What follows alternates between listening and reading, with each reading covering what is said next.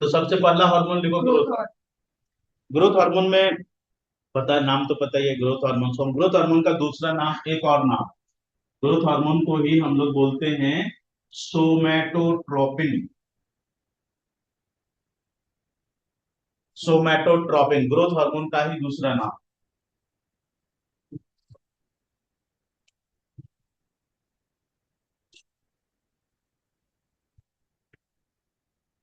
और हार्मोन के बारे में कल मैंने बताया था कि अगर इसकी थोड़ी सी सिक्रीशन, तो आप एक मिनट, मुझे मुझे 2-3 मिनट का टाइम, तो मैं एक बार ना इसको रिपीट कर देता हूँ तो पूरा वीडियो ही कंप्लीट।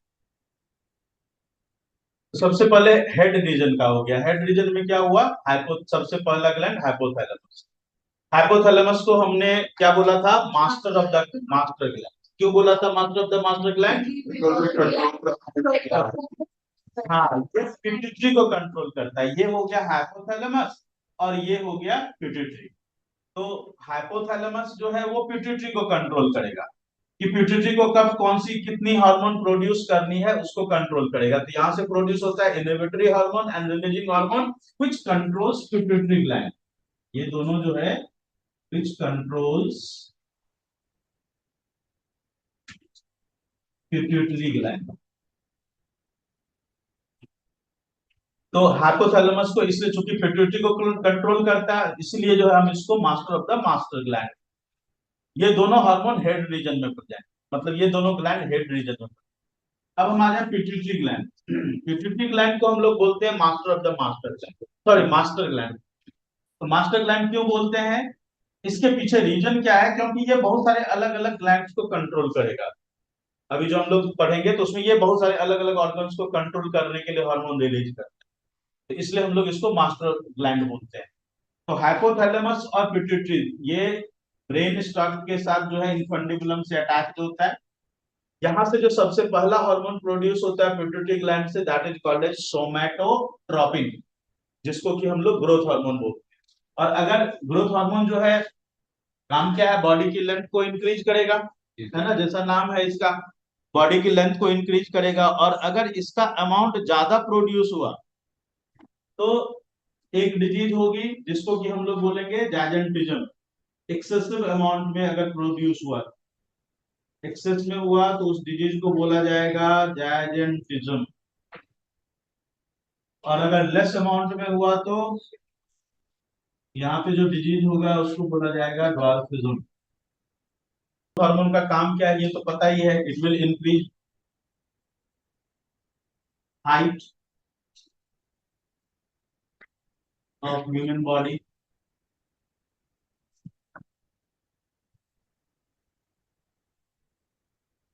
चलिए अब हम लोग आ जाते हैं इसके दूसरे रोल में। ये जो है बहुत सारे अलग अलग ग्लैंड्स को भी कंट्रोल करते हैं, जैसे एड्रिनल, थायराइड, थाइमस, ये सारे ग्लैंड्स को कंट्रोल करता है। इसलिए जो है हम लोग इसको क्या बोलते हैं, मास्टर ग्लैंड। सेकंड में लिखे इसे पिट्यूटरी ग्लैंड में लिखो, it controls secretion of hormones from other glands also, secretion of hormones from other glands also,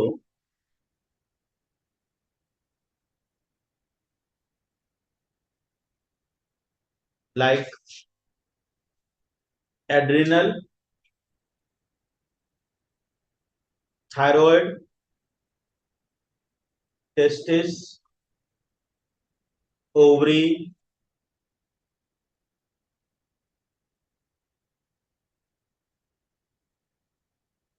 so it is called as master gland.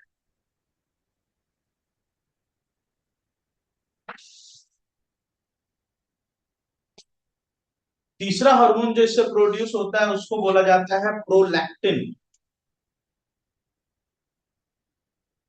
तीसरा हार्मोन जो यहां से प्रोड्यूस होगा उस हार्मोन का नाम है प्रोलैक्टिन। प्रोलैक्टिन नाम से क्या पता चल रहा है, ये लैक्टिन वर्ड जो आया दैट इज फ्रॉम मिल्क। ये मिल्क रिलीजिंग हार्मोन है, ठीक है। लिखिए, it enhances the growth and development of it enhances the growth and development of mammary gland and helps in milk production. Helps in milk production. It enhances the growth of mammary gland and helps in milk production.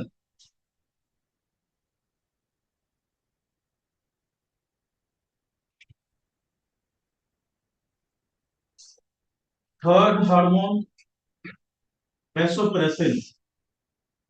Vasopressin पढ़ा हमने, ADH इसका दूसरा नाम है, anti diuretic hormone. कहाँ पे पढ़ा था? एक्सक्रीशन, हाँ, ये यूरिन की फॉर्मेशन को कंट्रोल करता है। लिखे वैसोप्रेसिन में, लिखे it controls reabsorption of water.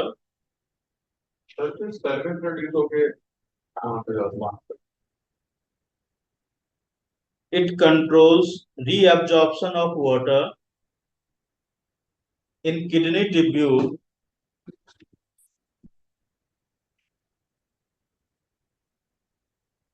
that helps in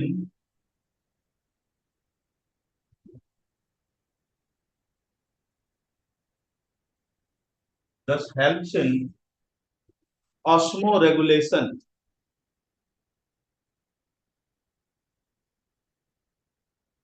water and electrolyte balance.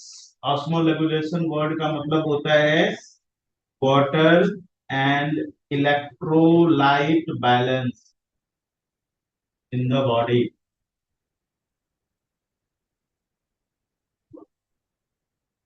काम किसका है? वैसोप्रेसिन का, एडीएच हार्मोन का, जो किडनी के थ्रू। तो ये हो गया इसके पिट्यूटरी ग्लैंड के बारे में। पिट्यूटरी, अच्छा, एक और हार्मोन यहाँ से प्रोड्यूस होता है जिसको बोलते हैं ऑक्सीटोसिन। ऑक्सीटोसिन। सर अगर वैसोप्रेसिन का अमाउंट ज्यादा या कम होगा तो फिर यूरिन हाँ बिल्कुल, urine formation fault. Next hormone है ऑक्सीटोसिन।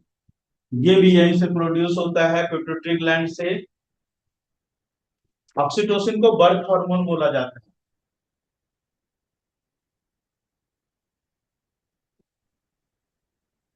ये बेबी बर्थ में हेल्प करेगा ऑक्सीटोसिन। जो लेबर पेन क्रिएट होता है वो इसी हार्मोन से क्रिएट होता है, to expel the body out from the body, to expel the baby out from the body. इसके लिए जो है ये ऑक्सीटोसिन हार्मोन ही रेस्पॉन्सिबल है, ठीक है। बर्थ हार्मोन नाम है इसका। तो पिट्यूटरी ग्लैंड हो गया, समझ में आ गया यहां तक? पिट्यूटरी का ढेर सारा रोल है। It controls the vigorous relaxation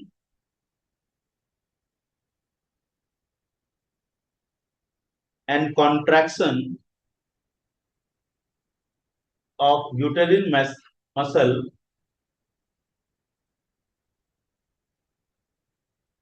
at the time of childbirth.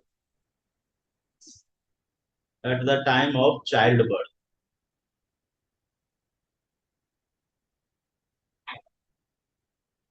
It is also called as birth hormone and एक और नाम है इसका, that is milk ejecting hormone. Production में ये हेल्प करेगा, मिल्क के प्रोडक्शन में, प्रोलैक्टिन। लेकिन मिल्क के इजेक्शन में हेल्प करता है ऑक्सीटोसिन। तो ये हमारा हेड के रीजन का ग्लैंड। ऐसा एक और ग्लैंड है पीनियल ग्लैंड। पीनियल ग्लैंड ये भी हेड रीजन में ही है।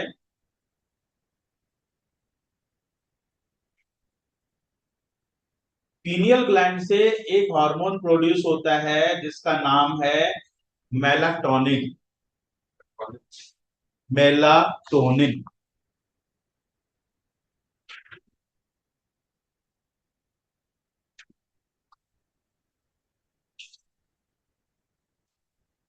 पीनियल ग्लैंड, ये भी हेड रीजन में है।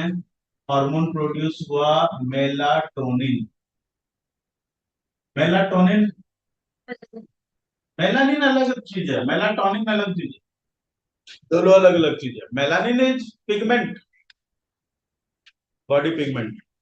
मेलाटोनिन हार्मोन है जिसका काम क्या है, बॉडी की बायो क्लॉक को कंट्रोल कर। ठीक है, तो बॉडी की बायो क्लॉक को, खासकर ये स्लीप साइकिल को कंट्रोल करता है। इट कंट्रोल्स बायो क्लॉक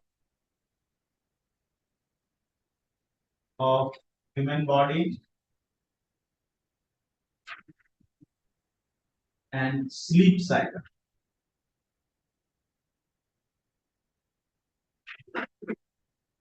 और ये एक्चुअली दोनों के स्टॉक के बीच में रहता है, फोर ब्रेन और मिड ब्रेन के बीच में रहता है। जैसे कि हमने पढ़ा था हाइपोथैलेमस कंट्रोल। हाँ, तो वहां पे जो है ना, ये दोनों के बीच में रहता है। जो फोर ब्रेन वाला जो दिखाया था ना, फोर ब्रेन और मिड ब्रेन का जो बीच वाला, वहां पे प्रेजेंट। तो इसका जो है, ये क्या कर रहा है, स्लीप साइकिल को कंट्रोल कर रहा है। मतलब क्या कि, अच्छा इसमें एक ये क्या है कि जैसे हमारी ब्लू लाइट जो होती है, खास जो मोबाइल से ब्लू लाइट निकलती है, ब्लू लाइट है ना, चश्मे में डाल, ब्लू फिल्टर डालते हैं।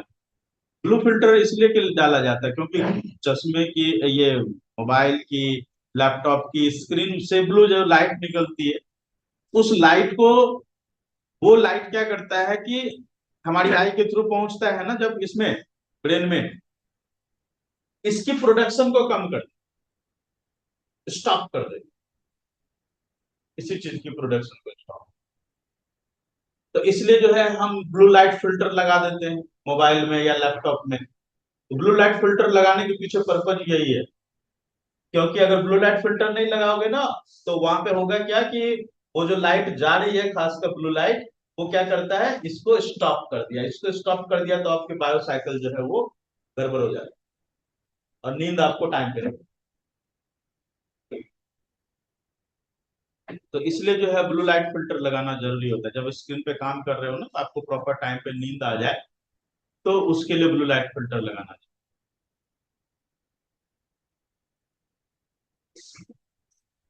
तो ये हो गया हेड रीजन।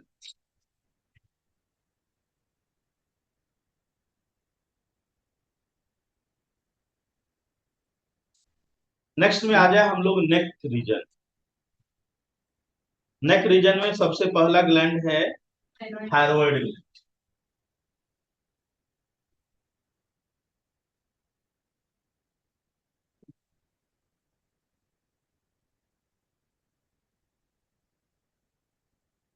थायराइड ग्लैंड,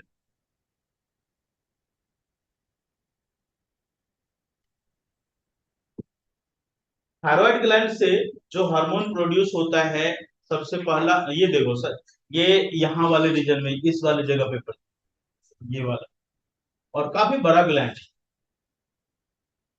इससे जो हार्मोन प्रोड्यूस होता है उसका नाम है थायरॉक्सिन। और थायरॉक्सिन हार्मोन जो है, ये बहुत मेजर रोल प्ले करता है बॉडी में, जो मेटाबॉलिज्म एक्टिविटी होती है, कार्बोहाइड्रेट, प्रोटीन, फैट, सबकी मेटाबॉलिज्म के लिए ये रेस्पॉन्सिबल। इसकी फॉर्मेशन के लिए थायरॉक्सिन जो प्रोड्यूस होता है यहाँ से, थायराइड ग्लैंड से, हार्मोन का नाम हो गया थायरॉक्सिन। तो थायरॉक्सिन हार्मोन जो है, इसकी फॉर्मेशन के लिए एक मिनरल रिक्वायर्ड होता है, that is iodine. Require iodine for formation.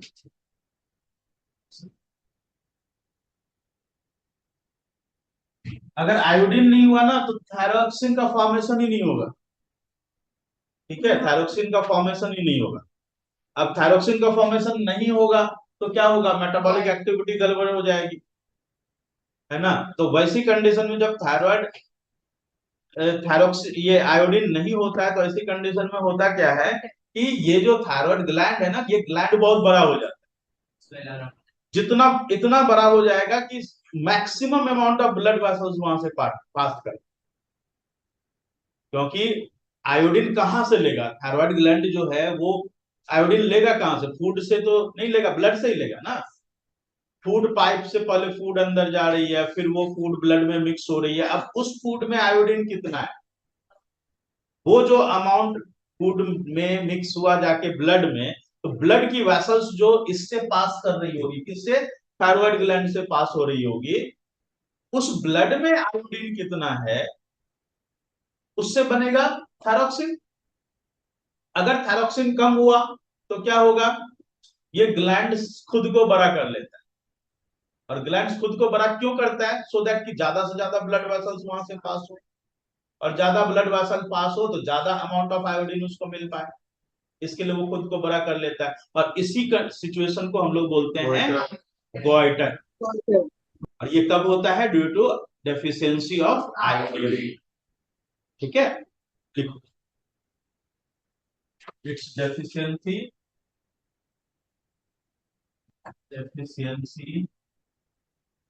of iodine enlarges shape of thyroid gland,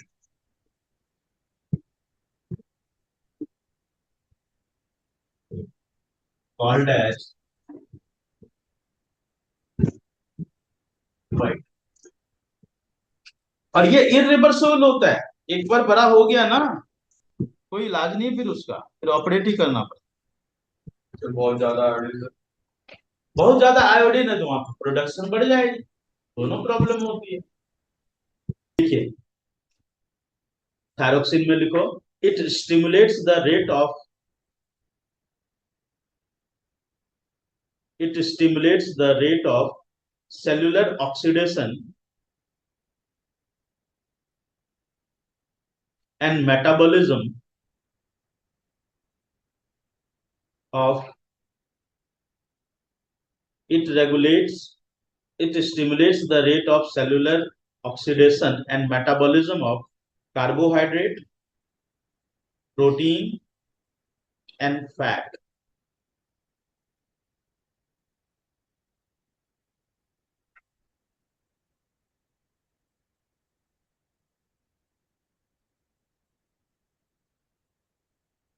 अगर इसकी कम प्रोडक्शन होगी तो वहां पे एक डिजीज होता है जिसको क्रेटिनिज्म बोला जाता है।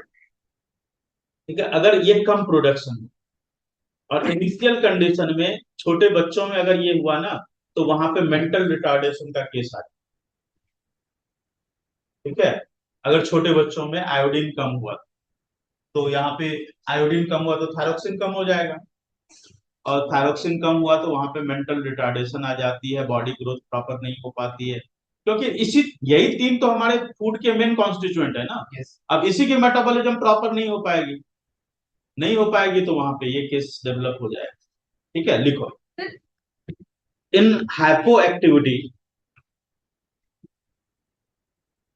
Of thyroid gland, in hypo मतलब समझते हो ना, less activity, hypo activity of thyroid gland,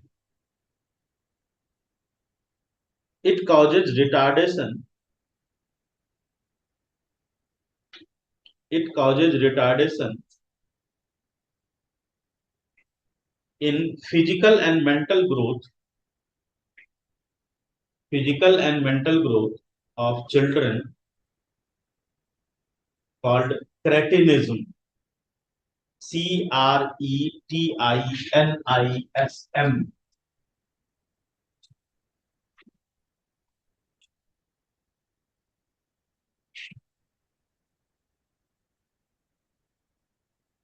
cretinism physical growth, mental growth retarded हो जाएगी हाइपोसेक्रीशन। चलिए नेक्स्ट, एक और हार्मोन प्रोड्यूस होता है पिट्यूटरी से, इसे थायराइड से ही, जिसका नाम है कैल्सीटोनिन। हाँ, कैल्सीटोनिन, ये भी यहीं से प्रोड्यूस होता है, calcitonin hormone.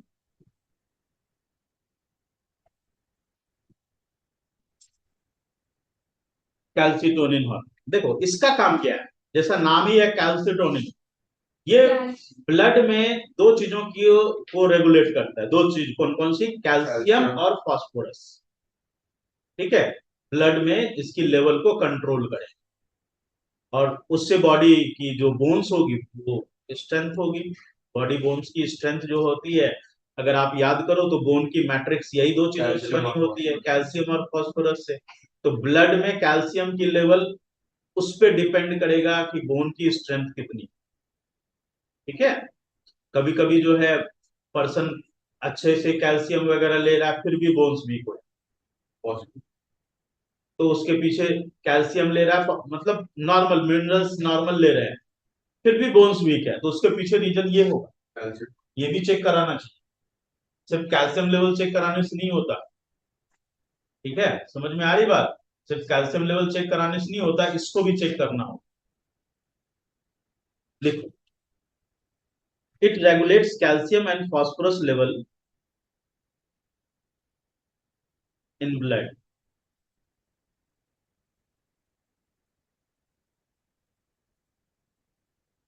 It regulates calcium and phosphorus level in blood.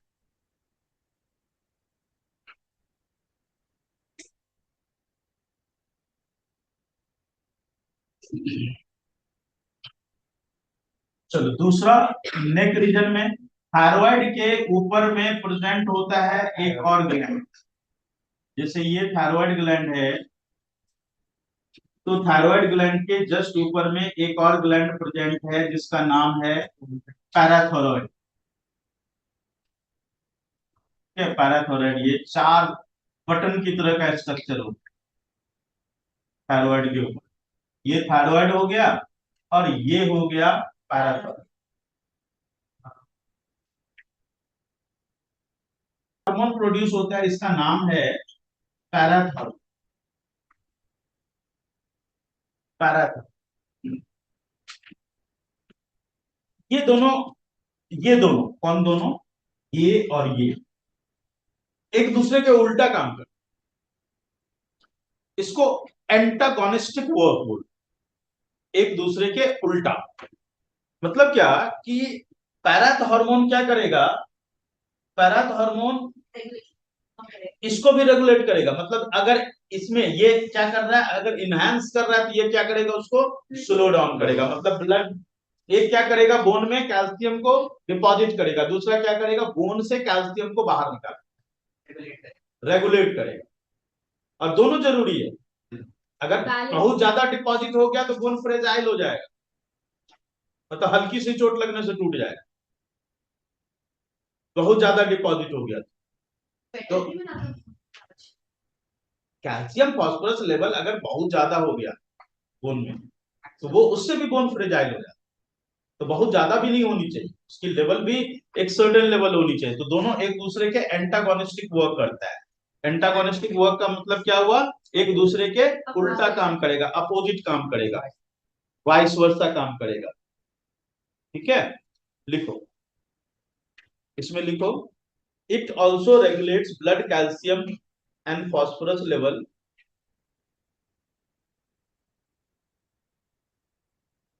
enhances blood calcium level.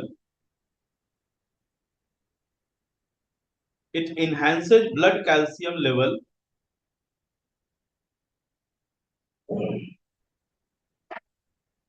to normal when it comes down. When it comes down, देखो ये क्या कर रहा है? इट इनहैंस, क्या लिखा है मैंने? It enhances the blood calcium level when it comes down. मतलब जब ब्लड में कैल्शियम की लेवल कम होगी तो ये ब्लड में कैल्शियम के लेवल को इंक्रीज करेगा। कैसे इंक्रीज करेगा? ब्लड में भी तो कैल्शियम जरूरी है, याद करो कहाँ बताया था। ब्लड में कैल्शियम की जरूरत क्यों है, कहाँ बताया था आप लोग को? कहीं तो बताया था, भूल गए?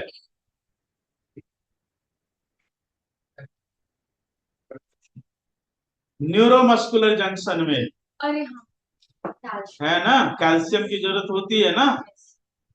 तो अब ब्लड में भी तो कैल्शियम चाहिए। अब ब्लड में कैल्शियम की लेवल अगर कम हो गए तो मस्कुलर एक्टिविटी कम हो जाएगी। तो अगर जब ब्लड में कैल्शियम की लेवल कम होगी तो ये क्या करेगा, बोन्स से कैल्शियम को लेकर के इधर आ जाएगा। और ब्लड में ज्यादा है तो ये क्या करेगा, बोन्स में डिपॉजिट कर। समझ में आ रहा है? तो ये क्या करेगा, बोन्स से ब्लड में लेकर के आएगा। तो दोनों एक दूसरे का उल्टा काम करते। जब ब्लड में लेवल कम हो जाए तो ब्लड की लेवल इंक्रीज करने का काम किसका है, पैराथॉर्मोन। और जब बोन्स में कम हो जाए तो उसमें इंक्रीज करने का काम किसका है, कैल्शियम का। इसलिए दोनों एक दूसरे का क्या काम कर रहा है, एंटागोनिस्टिक वर्क बोलते हैं। Both have antagonistic action. तो क्या, चलिए तो अब हम लोग आ जाते हैं नेक्स्ट हार्मोन में। पैराथॉर्मोन हो गया, एब्डोमिनल रीजन के हार्मोन। थाइमस यहाँ पे प्रेजेंट होता है, बिल्कुल इस, हाँ, इस जगह पे बिल्कुल यहीं पे प्रेजेंट होता है।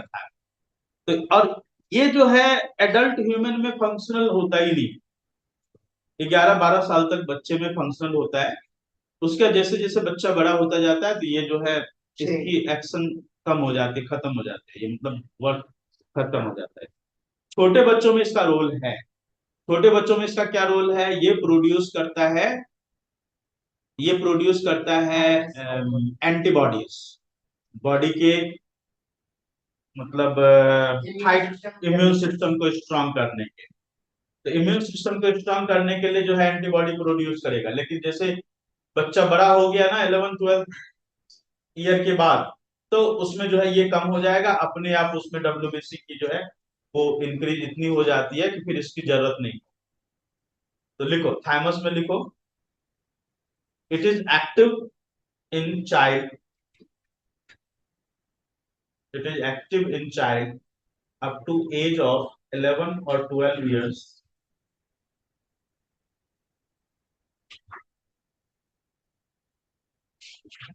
which helps in which helps in regulating immune activity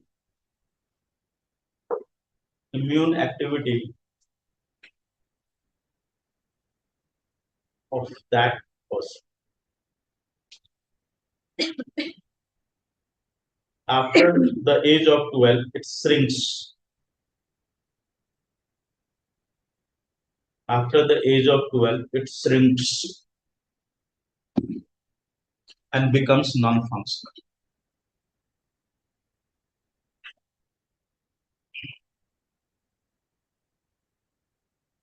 चलिए अब हम लोग आ जाते हैं नेक्स्ट में, एब्डोमिनल रीजन में।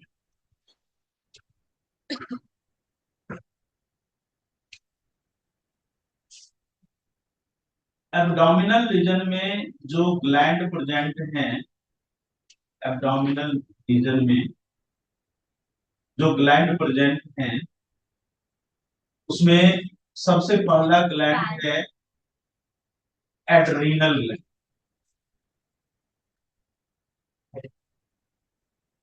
तो ये किडनी के ऊपर है, एड्रीनल ग्लैंड। इससे प्रोड्यूस क्या होता है, इससे प्रोड्यूस होता है एक हार्मोन जिसको बोला जाता है एड्रीनलिन। और एड्रीनलिन का काम क्या है, इसको हम लोग इमरजेंसी हार्मोन बोलते हैं, स्ट्रेस हार्मोन भी बोलते हैं, इमरजेंसी भी हार्मोन भी बोला जाता है। इससे इसको 3F हार्मोन भी बोला जाता है। हाँ, इससे प्रोड्यूस होता है एड्रीनलिन। जिसको कि हम लोग स्ट्रेस हार्मोन, इमरजेंसी हार्मोन,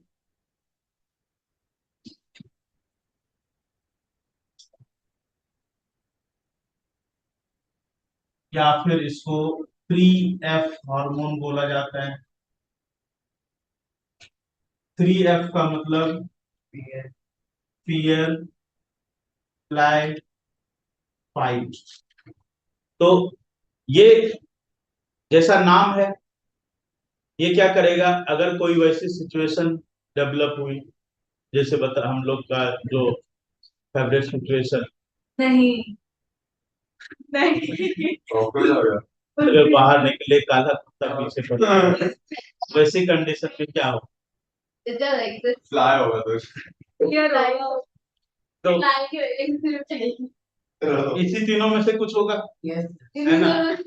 अब इस सिचुएशन के लिए, चाहे ये सिचुएशन हो चाहे ये सिचुएशन, इसके लिए क्या होगा कि बॉडी को अचानक बहुत ज्यादा एनर्जी चाहिए, है ना? और अचानक इतनी ज्यादा एनर्जी मिलेगी कैसे? बहुत ज्यादा ब्लड, ब्लड में क्या होना चाहिए? शुगर होना चाहिए, और उस शुगर को ऑक्सीडाइज करने के लिए ऑक्सीजन ऑक्सीजन होना चाहिए, है ना? और ऑक्सीजन वहां पे ज्यादा पहुंचे, इसके लिए ब्लड की लेवल ज्यादा हाई होनी चाहिए। अब तीनों को कोरिलेट करो तो देखो क्या होगा कि जितना ऑक्सीजन मतलब ब्लड में ग्लूकोज है, उसका अमाउंट तुरंत बढ़ जाए, उससे ज्यादा बढ़ जाए। जैसे बढ़ कहां से आया? जहां जहां ग्लूकोज डिपॉजिटेड है in the form of glycogen, वो सारा का सारा तुरंत जो है मैक्सिमम जितना एनर्जी प्रोडक्शन करना है, मैक्सिमम जो है वो किस में कन्वर्ट होने लगेगा? एड्रेनलिन में कन्वर्ट हो, ठीक है? मैक्सिमम इसमें कन्वर्ट हो जाएगा। दूसरा क्या होगा? सॉरी, एड्रेनलिन में नहीं, ग्लाइकोजन ग्लूकोज में कन्वर्ट होने, और ये काम कौन करेगा? एड्रेनलिन करेगा। ब्रीदिंग रेट को हाई कर देगा। ब्रीदिंग रेट को हाई करने का काम मतलब क्या हुआ कि ज्यादा ऑक्सीजन वहां पे पहुंचा। ज्यादा ऑक्सीजन पहुंचा तो क्या होगा? ग्लूकोज की ऑक्सीडेशन फास्ट हो जाएगी, और ज्यादा ऑक्सीजन पहुंचाने के लिए ब्लड की जो प्रेशर है वो काफी हाई हो जाती है। ब्लड प्रेशर भी इंक्रीज हो गया, ब्रीदिंग रेट इंक्रीज हुआ, ब्लड प्रेशर इंक्रीज हुआ, और ग्लूकोज की फॉर्मेशन वहां पे हाई हो गई। इससे क्या हुआ कि एनर्जी इंस्टेंटली बढ़ गया। इंस्टेंटली बढ़ा तो नाउ ही इज रेडी जो भी करना। फ्लाई का मतलब उड़ना नहीं होता। 9 2 11। चलो लिखो, इसमें लिखो, it regulates metabolism of carbohydrate,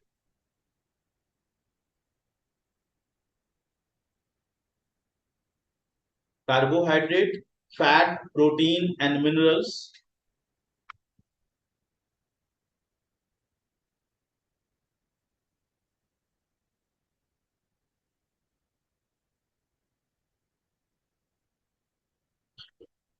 next point में लिखो,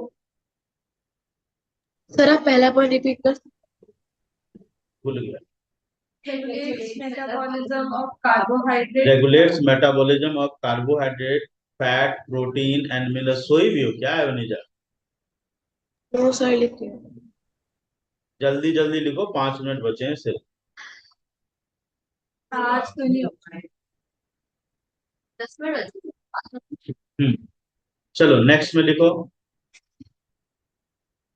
regulates blood pressure and heart beat.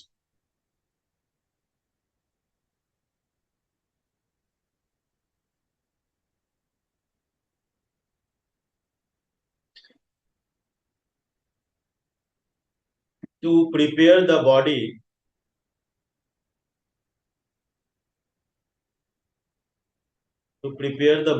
in emergency situation.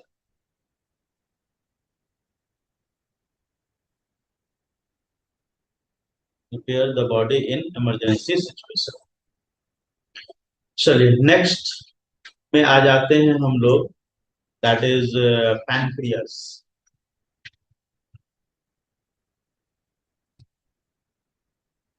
और भी हार्मोन प्रोड्यूस होता है, एड्रेनलिन है, कॉर्टिकॉइड, इसमें जो है कॉर्टिकॉइड्स भी होते हैं, कॉर्टिकॉइड्स भी होते हैं, तो कॉर्टिकॉइड्स भी लिख दो आप साथ में यहाँ पे, कॉर्टिकॉइड्स।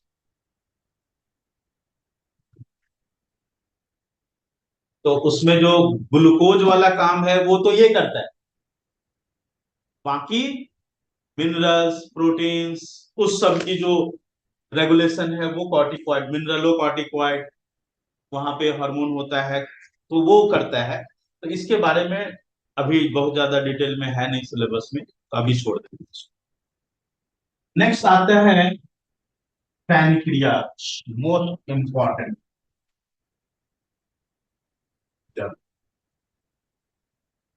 पैनक्रियाज जिसको कि हम लोग बोलते हैं डुअल ग्लैंड, जिसको कि हम लोग बोलते हैं मिक्स्ड।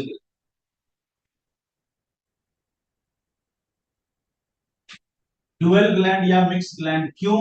क्योंकि यहां से एंजाइम भी प्रोड्यूस होता है और यहां से हार्मोन भी प्रोड्यूस होता है ना, दोनों है ये।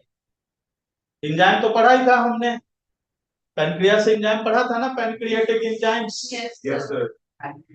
पैनक्रियाटिक जूस में तीन तीन एंजाइम्स थे, trypsin, Trypsin, lipase, pancreatic amide. हाँ ट्रिप्सिन, लाइपेज और पैनक्रियाटिक एमाइलेज। जरूर पेप्सिन यहाँ, ओके। और हार्मोन जो है यहाँ पे दो हार्मोन प्रोड्यूस होता है, एक का नाम है इंसुलिन, दूसरे का नाम है ग्लूकागॉन। इंसुलिन और ग्लूकागॉन, हाँ ये जो है प्रोड्यूस होता है बाय बीटा सेल और ये प्रोड्यूस होता है बाय अल्फा सेल। और इस दोनों को मिला करके हम एक साथ में बोलते हैं आइलेट्स ऑफ लैंगरहैंस, साइंटिस्ट का नाम आइलेट्स ऑफ लैंगरहैंस। तो ये जो बीटा सेल और अल्फा सेल है इंसुलिन और ग्लूकागॉन प्रोड्यूस करते हैं, और दोनों प्रोड्यूस होने के कारण एंजाइम भी प्रोड्यूस हुआ, हार्मोन भी प्रोड्यूस हुआ, इसलिए इस ग्लैंड का क्या नाम है बच्चों? डुअल ग्लैंड या मिक्स ग्लैंड बोला जाता है। अब देखिए इसका रोल क्या है, यहां से मैं एक और चीज समझाऊंगा, बहुत ध्यान से समझिए क्योंकि यहाँ से एक क्वेश्चन है जो कि हमेशा आता है, ध्यान से सुन। जैसे हमने फूड कंज्यूम किया, फूड कंज्यूम किया, तो फूड कंज्यूम करने के 1.5-2 घंटे के बाद फूड डाइजेस्ट हो गया, 2 घंटे 2.5 घंटे में डाइजेस्ट हो गया। जैसे सपोज करो कि आपने 10 बजे ब्रेकफास्ट, तो 12 बजते बजते उसका जो ग्लूकोज वाला पार्ट है वो कंप्लीटली डाइजेस्ट और एब्जॉर्ब 2 घंटे, ठीक है। मतलब उस वक्त 10 बजे अगर ब्रेकफास्ट किया तो 12 बजे के आसपास ब्लड में ग्लूकोज की लेवल काफी हाई होती है। जितना भी ब्लड में कार्बोहाइड्रेट था मैक्सिमम पार्ट उसमें डाइजेस्ट होके एब्जॉर्ब हो जाता है 2 घंटे। तो 2 घंटे में ब्लड में ग्लूकोज की लेवल हाई हो गई। अब ग्लूकोज का काम क्या है? Energy production.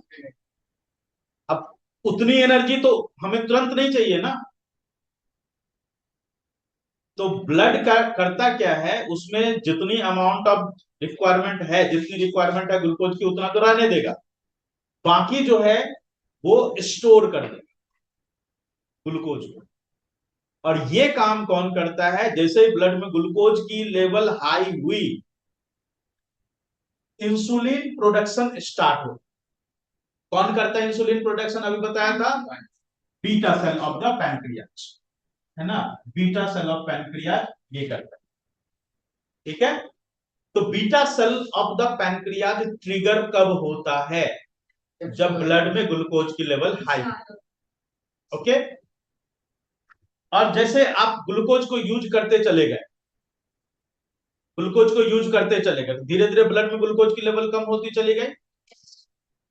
आप मान लो, सपोज करो कि आपने 10 बजे ब्रेकफास्ट किया, 12 बजे ग्लूकोज हाई सर्च हुई, अब उसमें जो हायर अमाउंट था वो डिपॉजिट हो गया, ब्लड में जो ग्लूकोज है वो यूटिलाइज होता चला गया, हार्ट की वर्किंग, किडनी की वर्किंग, लंग की वर्किंग, बोलने खेलने सब में यूज होता चला गया, धीरे धीरे ब्लड में ग्लूकोज की लेवल कम होती चली जाएगी। एक टाइम ऐसा आएगा जब बहुत ज्यादा कम हो जाएगी, तो अब क्या चाहिए, ग्लूकोज चाहिए। कहां से आएगा, जो स्टोर कर रखा है ग्लाइकोजन से। अब ग्लाइकोज जैसे ब्लड में ग्लूकोज की लेवल कम हुई, अब जो है वहां से पैनक्रियाज का अल्फा सेल ट्रिगर हो जाएगा, एक्टिवेट हो जाएगा, और जैसे ये एक्टिवेट हुआ तो ये क्या करेगा, स्टोर्ड फॉर्म ऑफ ग्लूकोज को ये कन्वर्ट करने लगेगा इनटू ब्लड ग्लूकोज। अब देखो दोनों की एक्शन क्या एक दूसरे के जस्ट उल्टा है, इसको हम लोग एंटागोनिस्टिक वर्क बोलते हैं। जब इसकी वर्किंग इनहैंस होती है तो इसकी वर्किंग स्लो डाउन हो जाती है, और जब इसकी वर्किंग इनहैंस होगी तो इसकी वर्किंग स्लो हो जाएगी। तो कब, सुनो ध्यान से सुन लो पहले, कब, कितनी अमाउंट में, कितने ड्यूरेशन तक, कब, कितनी अमाउंट में, कितने ड्यूरेशन तक, कौन सी हार्मोन बॉडी में चाहिए, ये चाहिए कि ये चाहिए, ये मैकेनिज्म कौन कंट्रोल कर रहा है, ये मैकेनिज्म कंट्रोल कर रहा है ब्लड में ग्लूकोज की लेवल। अगर ये हाई हुई, ये कम हुई, कब, टाइम, कितनी अमाउंट में, अमाउंट ऑफ हार्मोन, ड्यूरेशन, ये सब जो है कौन कंट्रोल कर रहा है, इस दो ब्लड ग्लूकोज की लेवल कंट्रोल करे। इस प्रोसेस को बोला जाता है नेगेटिव फीडबैक मैकेनिज्म। ठीक है, this process is called as what, negative feedback mechanism.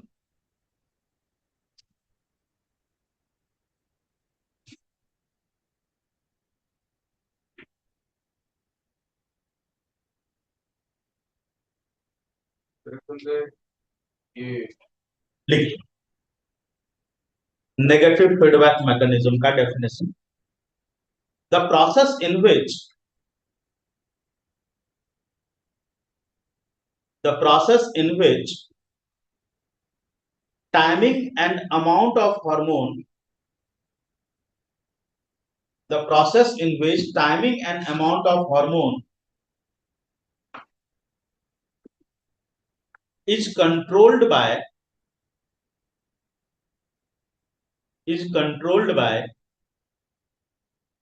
some internal factor,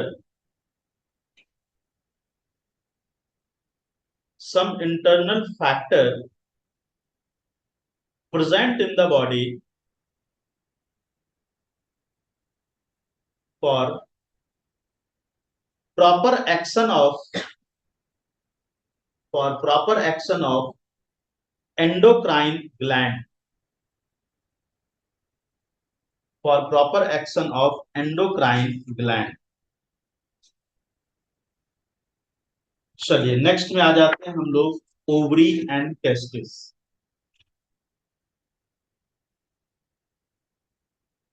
फिर इसको नेगेटिव फीडबैक, एक की प्रोडक्शन हाई होगी तो दूसरे की कम हो जाएगी। लिखिए ओवरी, ओवरी से प्रोड्यूस होगा एस्ट्रोजन और एस्ट्रोजन और प्रोजेस्टेरोन। प्रोजेस्टेरॉन, दोनों क्या करेगा, it will produce secondary sexual characters, secondary sexual characters and production of egg in female। testis, testosterone, it will produce secondary sexual characters and production of sperm in